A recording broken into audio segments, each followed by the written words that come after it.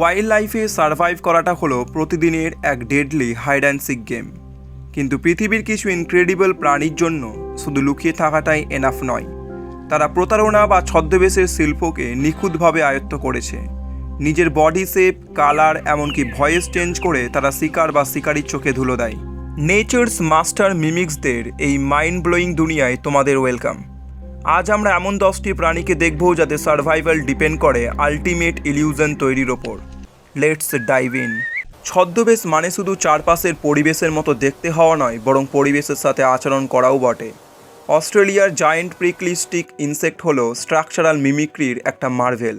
কাঁটাযুক্ত এই পোকাটিকে দেখতে একদম শুকনো কোঁকড়ানো পাতা বা মরা ডালের মতো লাগে, কিন্তু আসল ম্যাজিকটা লুকিয়ে আছে ওর নড়াচড়ায়।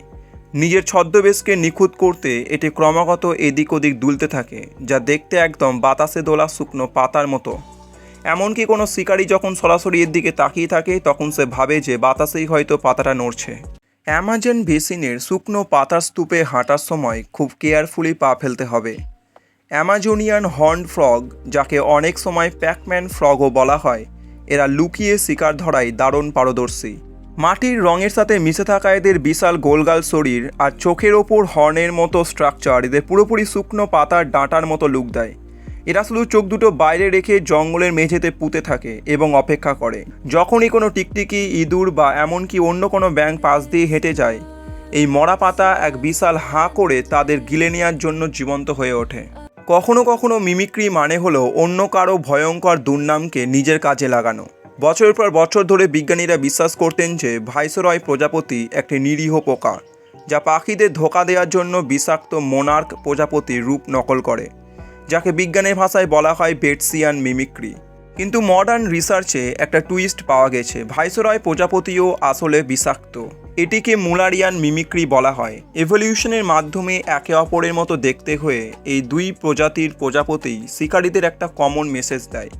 কোনো পাখি যদি এদের যে কোনো একটিকে খেয়ে অসুস্থ হয়, তবে সে এরপর থেকে সব কমলা এবং কালো প্রজাপতিকেই অ্যাভয়েড করতে শেখে। ট্রপিক্যাল এশিয়া থেকে আসে পতঙ্গ জগতের সম্ভবত সবচেয়ে নিখুঁত দৃশ্যগত বিভ্রম ডেড লিফ বাটারফ্লাই বা মৃত পাতা প্রজাপতি। যখন এর ডানা খোলা থাকে, তখন এতে ব্লু আর অরেঞ্জের এক ভাইব্র্যান্ট প্যাটার্ন দেখা যায়, কিন্তু বিপদের আঁচ পেলেই এটি নিমেষে ডানা বন্ধ করে নেয়। ডানার নিচের অংশ ন্যাচারাল সিলেকশনের এক অ্যাবসোলিউট মাস্টারপিস। এটি নিখুঁতভাবে একটি শুকনো পাতার নকল করে, যেখানে পাতার গাঢ় মধ্যশিরা, উপশিরা থেকে শুরু করে ছত্রাক বা পোকার কামড়ের মতো ছোট ছোট দাগও থাকে। একবার ডানা বন্ধ করলে এই প্রজাপতিটি জঙ্গলের গাছপালার মধ্যে জাস্ট ভ্যানিশ হয়ে যায়। আমাদের ফাইনাল মিমিক তার কারসাজি দেখায় উন্মুক্ত আকাশে। আমেরিকার জোন টেইলড হক এমন একটি শিকারি পাখি যা নিজেকে নিরীহ মৃতভোজী হিসেবে তুলে ধরতে চায়। এভলিউশনের মাধ্যমে এটি দেখতে অনেকটা টার্কি ভালচারের মতো হয়ে গেছে, যার রয়েছে একই রকম কালো পালক এবং বিশাল ডানা। এটি শকুনের মতো আকাশের ডানা কাঁপিয়ে ভি আকৃতিতে ডানা রেখে ওড়ার ভান করে। শকুন যেহেতু শুধু মৃত প্রাণী খায়, তাই ছোট স্তন্যপায়ী এবং টিকটিকিরা এদের ভয় পায় না। আর এই স্ক্যামটারই সুযোগ নেয় বাজ পাখিটা। সে তার টার্গেটের ঠিক মাথার ওপর দিয়ে উড়ে যায় এবং শিকারি আসছে সেটা বোঝার আগেই একটা লিথাল অ্যাটাক করে বসে। সমুদ্রের তলদেশ থেকে শুরু করে উন্মুক্ত আকাশ পর্যন্ত নেচার হলো অ্যাডাপ্টেশনের এক অন্তহীন প্রতিযোগিতার ক্ষেত্র। শিকারীরা লুকিয়ে থাকার আরও ভালো উপায় খুঁজে বের করে, আর শিকারীরা তাদের ধোঁকা দেওয়ার নতুন টেকনিক বের করে। রূপ পরিবর্তন করা হোক, ভয়েস চুরি করা হোক, বা একদম পারফেক্ট ছদ্মবেশ নেওয়া হোক, এই 10টি প্রাণী প্রমাণ করে যে মাঝে মাঝে সারভাইভ করার বেস্ট উপায় হলো নিজেকে কমপ্লিটলি অন্য কিছুতে ট্রান্সফর্ম করা। আমাদের এই ওয়াইল্ড জার্নিতে সাথে থাকার জন্য থ্যাংক ইউ। ছদ্মবেশের এই মাস্টারদের দেখে যদি তুমি মুগ্ধ হয়ে থাকো, তবে লাইক ও সাবস্ক্রাইব করতে ভুলিও না, এবং কমেন্ট সেকশানে জানাও কোন অ্যানিম্যালের মিমিক্রিটা তোমাদের সবচেয়ে বেশি ক্রেজি লেগেছে।